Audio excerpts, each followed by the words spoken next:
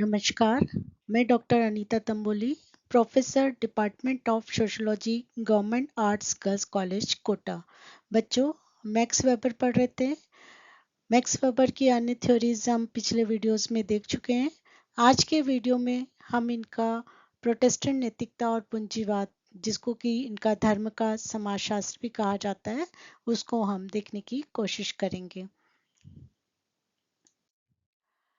हम देखें max weber का जो प्रोटेस्टेंट नैतिकता और पूंजीवाद का जो सिद्धांत है, क्या है कि मैक्स वेबर ने आधुनिक पूंजीवाद और प्रोटेस्टेंट धर्म के परस्पर सिद्धांतों की व्याख्या अपनी प्रसिद्ध कृति Protestant ethic and the spirit of capitalism में की है। इस बुक में उन्होंने अपना धर्म का समाजशास्त्र दिया है और इसमें इन्होंने ये बताया है कि किस तरह से धर्म की जो मान्यताएं हैं, जो धर्म की आचार संहिता है, वो किस प्रकार से आर्थिक व्यवस्था को डेवलप करती है। जिस धर्म में जिस प्रकार की आचार संहिता होती है, क्योंकि व्यक्ति धर्म को मानता है, धर्म के अनुसार काम करता है, तो वो अपने धर्म को मानेगा, उसकी मान्यताओं को के अनुसार काम करेगा। तो कुछ ऐसे धर्म है जिनकी इस प्रकार की मान्यता है कि वहां पर अपने आप उस प्रकार का अर्थव्यवस्था डेवलप होगी। तो इन्होंने पूंजीवाद और ईसाई धर्म का जो प्रोटेस्टेंट धर्म है उसकी व्याख्या की है, उसके आपस में संबंध देखे और उन्होंने कहा जहाँ जहाँ प्रोटेस्टेंट धर्म है वहाँ वहाँ पूंजीवाद का विकास हुआ। इसके बारे में क्या कहते हैं वो, कि इस कृति में उन्होंने पूर्ण रूप से स्पष्ट किया कि प्रोटेस्टेंट धर्म की आचार पद्धति ने ही आर्थिक क्षेत्र में पूंजीवादी व्यवस्था को जन्म दिया। क्या कहना है इनका, कि इन्होंने कहा है कि जो प्रोटेस्टेंट धर्म है उसकी कुछ ऐसी आचार पद्धति है जिसकी वजह से अपने आप ही पूंजीवादी आर्थिक व्यवस्था को जन्म मिलता है। मैक्स वेबर प्रोटेस्टेंट धर्म और पूंजीवाद के आदर्श प्रारूप का निर्माण करके अपने सिद्धांत को पुष्ट करते हैं। यानी हमने पिछले वीडियो में जो उनका आदर्श प्रारूप का सिद्धांत देखा, वह स्टैंड पद्धति देखी, इनका मेथोडोलॉजी देखा, तो उसमें हमने यही देखा था कि उन्होंने ये कहा था कि जिस भी घटना का हमें अध्ययन करना है, उन घटनाओं का जो मुख्य मुख्य विशेषताएं जिसको वो आदर्श प्रारूप कहते हैं, तो एक आदर्श प्रारूप हमें बना लेना चाहिए और तभी हम उसको दूसरी घटना के साथ कंपेयर कर सकते हैं। तो इन्होंने अपने धर्म का जो सिद्धांत दिया, धार्मिक उसमें जो जिस घटना का अध्ययन उन्होंने किया, तो उन्होंने प्रोटेस्टेंट धर्म और पूंजीवाद दोनों का संबंध देखा। तो दोनों की जो मुख्य मुख्य विशेषताएं जिसको कि वो आदर्श प्रारूप कहते हैं, उसका निर्माण करके वो अपने सिद्धांत को पुष्ट करते हैं, जिसको कि हम अभी आगे पढ़ेंगे। तो मैक्स वेबर ने अपने इस धर्म के सिद्धांत को डेवलप करने के लिए इन्होंने विश्व के 6 प्रमुख धर्मों का अध्ययन किया। कौन कौन से? चीन में कन्फ्यूशियस धर्म, भारत में हिंदू धर्म, पश्चिम एशिया यहूदी धर्म, ईसाई धर्म, इस्लाम धर्म और बौद्ध धर्म। इन 6 धर्मों का अध्ययन करके ये बताया कि जिस जिस भी जो धर्म है उसमें इस प्रकार की आचार संहिता जो है, पद्धति है, उनकी मान्यताएं उसी प्रकार का वहां पर आर्थिक व्यवस्था डेवलप हुई। आगे हम देखें, मैक्स वेबर को इनका धर्म का समाजशास्त्र भी कहते हैं, या इस बुक के नाम से भी क्वेश्चन आता है, या रिलीजन ऑफ सोशियोलॉजी वेबर का आता है, धर्म का समाजशास्त्र की व्याख्या कीजिए, किसी भी तरह से क्वेश्चन पूछा जा सकता है। तो अगर ये बुक के नाम से अगर पूछा जाता है तब भी यही सिद्धांत है, यही आपको थ्योरी लिखनी है, और धर्म के सिद्धांत को अगर पूछा जाता है तो भी यही थ्योरी आपको लिखनी है। तो जो धर्म का सिद्धांत है उन्होंने अपनी इस पुस्तक में Protestant ethic and the spirit of capitalism का है। यानी प्रोटेस्टेंट इथिक्स, यानी इथिक्स जो उनकी मान्यता है, उनकी जो कार्य पद्धति है, वो इथिक्स कहलाते हैं। जो आदर्श नियम है, किसी हर धर्म के अपने आदर्श नियम होते हैं जिसको फॉलो करना होता है उस अनुयायी को। तो प्रोटेस्टेंट जो धर्म है उसकी जो आचार पद्धति है, उसकी मान्यताएं हैं, ethics and spirit of capitalism है, यानी पूंजीवाद की जो आत्मा है। यानी ये जो इथिक्स है ये पूंजीवाद की आत्मा है, इसको हम ऐसे भी कह सकते हैं। विश्व में 6 प्रमुख धर्म की मान्यताओं का अध्ययन किया। वेबर ने धर्म और अर्थव्यवस्था में कार्यकारण संबंध स्थापित किया। प्रोटेस्टेंट एथिक का आदर्श प्रारूप बनाकर अन्य धर्म के साथ तुलना की। इन्होंने क्या किया, धर्म और आर्थिक व्यवस्था के कार्य कारण संबंध को स्थापित किया। जैसे आप लोगों ने कार्ल मार्क्स पढ़ा था, तो कार्ल मार्क्स ने भी बताया था कि उन्होंने क्या बताया था कि जैसी अर्थव्यवस्था होगी वैसा धर्म होगा, है ना। ये दोनों, वेबर और मार्क्स दोनों एक दूसरे के विपरीत अपने धर्म की प्रति विचार व्यक्त करते हैं। वेबर क्या कहते हैं कि जैसे धर्म की मान्यताएं होंगी वैसी अर्थव्यवस्था होगी, और कार्ल मार्क्स क्या कहते हैं, जैसी अर्थव्यवस्था होगी वैसा धर्म होगा। ठीक है। तो दोनों की उन्होंने आदर्श प्रारूप बना के और अन्य धर्म के साथ उन्होंने प्रोटेस्टेंट एथिक की आदर्श प्रारूप बनाए, और फिर उन्होंने अन्य जो 6 धर्म थे जिसको उन्होंने अध्ययन किया था, उन सभी धर्मों के साथ इसकी तुलना की, और ये बताया कि ये इथिक्स जिस जिस भी धर्म में होंगे वहाँ वहाँ उस धर्म को मानने वाले होंगे, उस समाज में अर्थव्यवस्था पूंजीवादी होगी। अब हम थोड़ा सा इन दोनों कंसेप्ट को समझे कि धर्म, जो प्रोटेस्टेंट धर्म का उन्होंने अध्ययन किया वो क्या है। तो 16वीं सदी में धार्मिक क्रांति से ईसाई धर्म, ये ईसाई धर्म का एक पार्ट है। ईसाई धर्म 2 पार्ट में डिवाइड हो गया, प्रोटेस्टेंट और कैथोलिक। ये दोनों ही ईसाई धर्म के हैं, लेकिन ये ईसाई धर्म 2 पार्ट में डिवाइडेड हो गया। और उस धार्मिक क्रांति में ये काल्विनवाद से प्रभावित है। काल्विनवाद क्या है कि ये जो परंपरावादी दृष्टिकोण है उससे उसको नहीं मानता है और आगे की ओर विकास करने पर जोर देता है। तो ये दोनों एक दूसरे से विपरीत अपने थॉट्स रखते हैं, प्रोटेस्टेंट धर्म और कैथोलिक धर्म। तो इसलिए जहाँ जहाँ ये बताते हैं कि प्रोटेस्टेंट धर्म जहाँ जहाँ है वहाँ वहाँ पूंजीवाद का विकास हुआ, जहाँ जहाँ कैथोलिक धर्म है क्योंकि उसकी अलग मान्यता है और इसकी अलग मान्यता है, तो यहाँ पर जो कैथोलिक धर्म को मानने वाले जाते हैं वहाँ पर पूंजीवाद का विकास नहीं हुआ। इसको हम आगे पढ़ेंगे। अर्थव्यवस्था, पूंजीवादी अर्थव्यवस्था क्या है, यूरोप का पूंजीवाद। कौन सी अर्थव्यवस्था ली है इन्होंने, पूंजीवाद, यूरोप का पूंजीवाद, उस पर अध्ययन किया है। ऐसी आर्थिक प्रणाली, पूंजीवाद क्या है, ऐसी आर्थिक प्रणाली जिसका लक्ष्य उत्पादन के तर्कपूर्ण संगठन के माध्यम से असीमित लाभ प्राप्त करना। यानी पूंजीवाद यानी पूंजी को कलेक्ट करना, जिसका लक्ष्य क्या है कि जो उत्पादन हो रहा है उसको ऐसे लॉजिकल तार्किक पूर्ण से इस तरह से संगठन के द्वारा इसको कार्य किया जाए, उत्पादन किया जाए कि ज्यादा से ज्यादा लाभ प्राप्त करना, ज्यादा से ज्यादा पूंजी को कलेक्ट करना, यही आर्थिक प्रणाली पूंजीवाद कहलाती है। आगे हम देखें आधुनिक पूंजीवाद की विशेषता या आदर्श प्रारूप। जैसे अभी हमने देखा कि वेबर ने पूंजीवाद और पूंजीवादी आर्थिक व्यवस्था और जो धर्म है प्रोटेस्टेंट धर्म, दोनों का संबंध देखा। तो दोनों को संबंध कंपैरिजन हम तुलनात्मक अध्ययन कब करेंगे, दोनों की विशेषताओं देखेंगे, तो इस विशेषताओं को ही उन्होंने आदर्श प्रारूप कहा। तो सबसे पहले हम पूंजीवाद की विशेषता देखते हैं कि पूंजीवाद क्या है। इन्होंने बताया कि वैज्ञानिक सिद्धांतों पर आधारित बौद्धिक तरीके से संगठित व व्यवस्थित आर्थिक व्यवस्था, यानी बुद्धिपूर्ण तरीके से, कि ऐसे साइंटिफिक जो लॉजिक है, थ्योरीज है, उसके आधार पर एक संगठित और व्यवस्थित आर्थिक व्यवस्था जिसमें सारे काम एक लॉजिकल माइंड के द्वारा, साइंस पर डिपेंडेंट है, टेक्नोलॉजी पर डिपेंड है, जिसमें ज़्यादा से ज़्यादा उत्पादन हो सके, ज़्यादा से ज़्यादा उसका बिक्री हो सके, ज़्यादा से ज़्यादा लाभ प्राप्त कर सके, ऐसी आर्थिक व्यवस्था। इस पूंजीवादी व्यवस्था में व्यक्तिगत संपत्ति का महत्व है, क्योंकि व्यक्तिगत संपत्ति होगी तभी पूंजी जो है वो कलेक्ट होगी। बाजार के लिए उत्पादन, यानी बहुत ज़्यादा केवल अपनी आवश्यकताओं के लिए समूह या व्यक्ति उत्पादन नहीं करेगा, वो बाजार के लिए उत्पादन कर रहा है, तो ज़्यादा लार्ज स्केल पर उत्पादन हो रहा है, लार्ज स्केल पर उसकी बिक्री हो रही है, तो बाजार के लिए उत्पादन। बाजार कब होता है, जब हम बिक्री अपना उत्पादन का जो बिक्री करते हैं और लाभ हानि का डाटा रखते हैं, तो वो बाजार, बाजार के लिए उत्पादन। समूह के द्वारा समूह के लिए उत्पादन, यानी ये केवल एक व्यक्ति दो व्यक्ति के द्वारा उत्पादन नहीं, क्योंकि लार्ज स्केल पर उत्पादन करना है तो एक बड़े समूह के द्वारा पूरे समूह के लिए, समाज के लिए उत्पादन किया जाता है। धन के लिए उत्पादन, यहाँ केवल आवश्यकता पूर्ति इसका उद्देश्य नहीं है, इसका उद्देश्य क्या है, धन कमाना, है ना। हम कहते हैं ये प्रोफेशनल है, ये इस तरह से आजकल जो उत्पादन हो रहे हैं वो सब केवल धन के लिए, पैसा कमाने के लिए हो रहा है, तो ये पूंजीवादी व्यवस्था की विशेषता है। कार्य के लिए अधिकतम उत्साह और कुशलता, क्यों जरूरी है कि अधिक उत्साह और कुशलता से काम करेंगे तो ज़्यादा उत्पादन होगा और ज़्यादा बिक्री होगी और ज़्यादा धन प्राप्त होगा। नवीनता का आदर और प्राचीनता की उपेक्षा।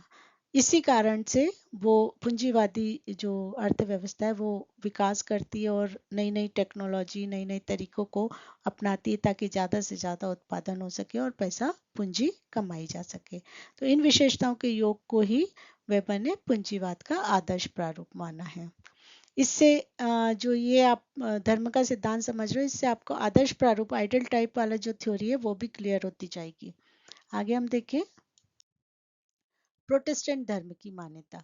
अभी हमने पूंजीवाद की विशेषता देखी, अब हम प्रोटेस्टेंट धर्म की मान्यता देखें। तो ये दोनों की मान्यताओं के आधार पर आपको अपने आप इनका पूरा धर्म का समाजशास्त्र समझ में आ जाएगा। प्रोटेस्टेंट धर्म की मान्यता ही पूंजीवादी दृष्टिकोण के विकास के लिए उत्तरदायी है, ये वेबर कहते हैं।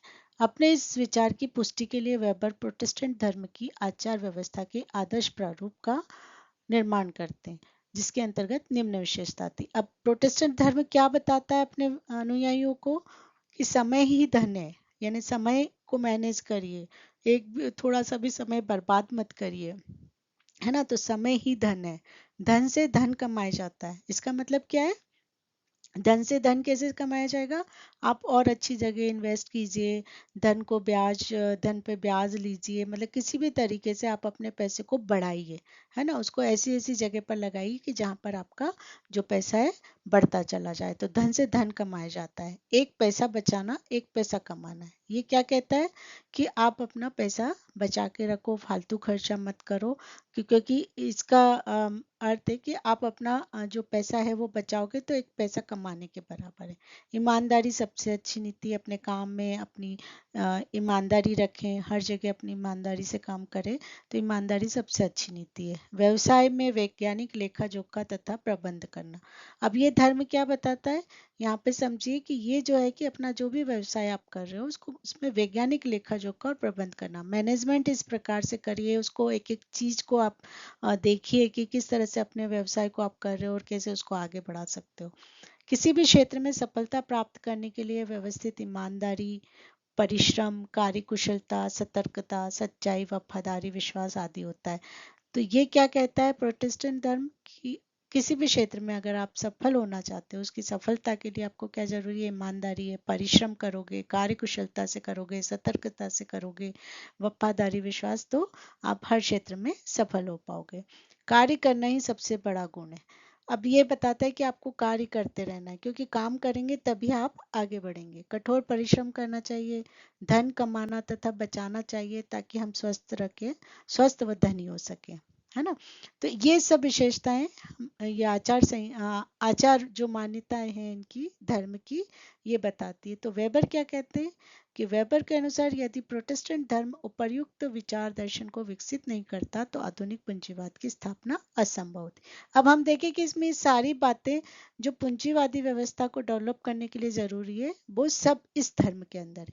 और धर्म के अनुसार व्यक्ति काम करता है, उसको फॉलो करता है, उसके उसकी मान्यताओं को फॉलो करता है, अपने धर्म को, है ना। तो वो इस तरह से अगर काम करेगा तो अपने आप ही उस समाज में पूंजीवाद की पूंजीवादी व्यवस्था का जन्म होगा। अब पूंजीवाद के विकास में प्रोटेस्टेंट धर्म का योगदान किस प्रकार से है, ये उसको समझाने की कोशिश करते हैं वेबर। प्रोटेस्टेंट धर्म की सर्व प्रमुख मान्यता जिसे काल्विन ने महत्व दिया।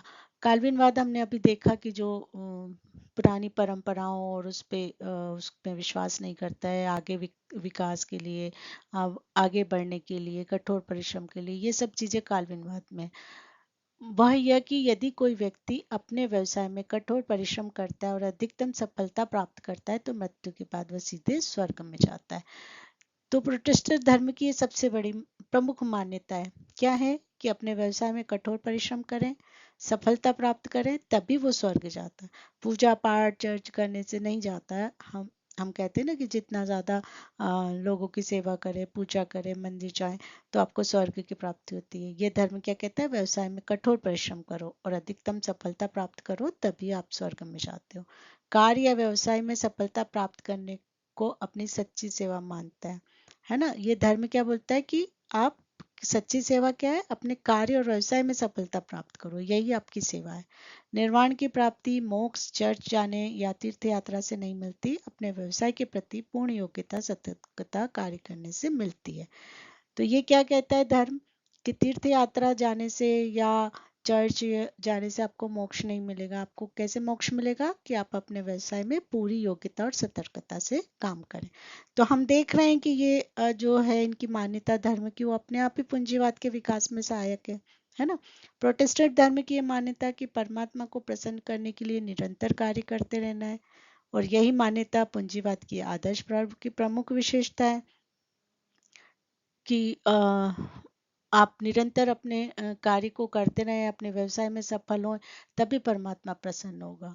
प्रोटेस्टेंट धर्म की दूसरी मान्यता कि पैसा पैसे को पैदा करता है, यानी इस मान्यता के आधार पर आप कर्ज पर ब्याज प्राप्त करना दोष रहित क्रिया है। यानी हम कहते हैं ना कि कर्ज किसी को अगर दे रहे हो तो उस पर ब्याज लोगे तो अच्छी बात नहीं है, लेकिन ये धर्म कहता है कि आप पैसे से ही पैसा कमा सकते हो। आप कहीं पर भी पैसा लगाओ, भले ही आप उस पर ब्याज लो, किसी भी तरह से उसको यूज करो, पैसा बढ़ाना है आपको। प्रोटेस्टेंट धर्म अधिक छुट्टियों के पक्ष में नहीं है, कैथोलिक धर्म अधिक छुट्टियों में विश्वास करता है ना। तो ये क्या कहता है कि आप कम से कम छुट्टियां करो ताकि अपने व्यवसाय में सफल हो पाओ। और कैथोलिक धर्म कहता है कि छुट्टियां करो, आपको रेस्ट की आवश्यकता भी पड़ती है। यानी ये कैथोलिक धर्म थोड़ा परंपरावादी धर्म है, और ये आगे आधुनिक जो समाज है उसको डेवलप करने में ये विश्वास करता है, आगे बढ़ने में, नई टेक्नोलॉजी, नई तरीके से जीने में। और इसका मुख्य काम है कि अगर जब आप ईश्वर को आप प्रसन्न करोगे, और ईश्वर कब प्रसन्न होगा? जब आप अपने व्यवसाय में सफलता प्राप्त करोगे। आगे हम देखिए किस प्रकार प्रोटेस्टेंट जो धर्म के नियम और मान्यता पूंजीवाद के विकास में शक्तिशाली प्रभावक के रूप में मानते हैं। अभी तक हमने देखा, हम समझ गए कि प्रोटेस्टेंट धर्म के जो नियम है वही पूंजीवाद के विकास में सहायक हो रहे हैं। इसका आशय ये नहीं है कि अन्य कोई कारक पूंजीवाद के विकास में सहायक नहीं हुआ, अन्य अनेक कारक भी इसके सहायक रहे हैं। वेबर कहते हैं कि केवल यही नहीं है, ये मुख्य जो कारक है, लेकिन उसके अलावा भी कई कारक है जो इसमें सहायक रहे हैं। वेबर ने पूंजीवाद और प्रोटेस्टेंट आचार के संबंध में स्पष्ट करने के लिए अनेक प्रमाण दिए। उन्होंने ये बताने के लिए बताया है कि जहाँ जहाँ पूंजीवाद का विकास हुआ, इंग्लैंड, अमेरिका, हॉलैंड आदि देशों में इसलिए हुआ क्योंकि वहाँ के लोग प्रोटेस्टेंट धर्म को मानते थे। और इसके विपरीत इटली, स्पेन आदि ऐसे देश हैं जहाँ कैथोलिक धर्म को मानते हैं, वहाँ पूंजीवाद का अधिक विकास नहीं हो पाया। तो क्योंकि दोनों के जो आचार नियम हैं वो बिल्कुल अलग हैं, कि जैसे प्रोटेस्टेंट धर्म कहता है कि आप नशा करके काम नहीं करोगे, आप छुट्टियां नहीं लोगे, केवल आप व्यवसाय में सफलता प्राप्त करोगे तभी ईश्वर प्रसन्न होगा। जबकि ये थोड़ा अलग इसके अलग नियम हैं, जो कि वो परंपरावादी हैं, और जो उसमें विश्वास करते हैं वहां पर अधिक पूंजीवाद का विकास नहीं हो पाया। तो वेबर क्या कहते हैं, उनकी ये जो मान्यता है अधिकांशतः सही है कि प्रोटेस्टेंट आचार्य वास्तव में पूंजीवाद की आत्मा है। यानी इनका जो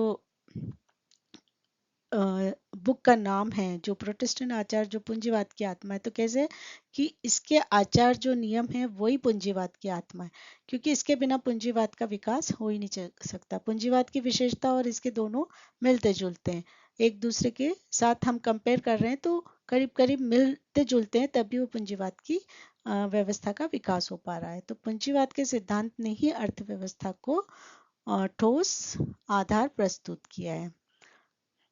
तो इस प्रकार हम देखें कि जो आज की वर्तमान जो अर्थव्यवस्था है वो पूंजीवादी व्यवस्था पर चल रही है, और ज़्यादा से ज़्यादा व्यक्ति जो है पूंजी को कलेक्ट करने में लगा है। तो हम देखें कि वेबर क्या कहना चाहते हैं कि धर्म ही जो है उसकी जो आचार मान्यताएं हैं वही अर्थव्यवस्था को, उसी प्रकार की अर्थव्यवस्था डेवलप होती है। और इसके लिए इन्होंने ईसाई धर्म के प्रोटेस्टेंट धर्म की आदर्श प्रारूप बनाया और पूंजीवादी व्यवस्था का आदर्श प्रारूप बनाया, और दोनों में तुलनात्मक अध्ययन करके अपने सिद्धांत को पुष्ट किया। तो आपको ये सिद्धांत समझ में आ गया होगा। हम फिर मिलेंगे अगले वीडियो में। Thank you so much.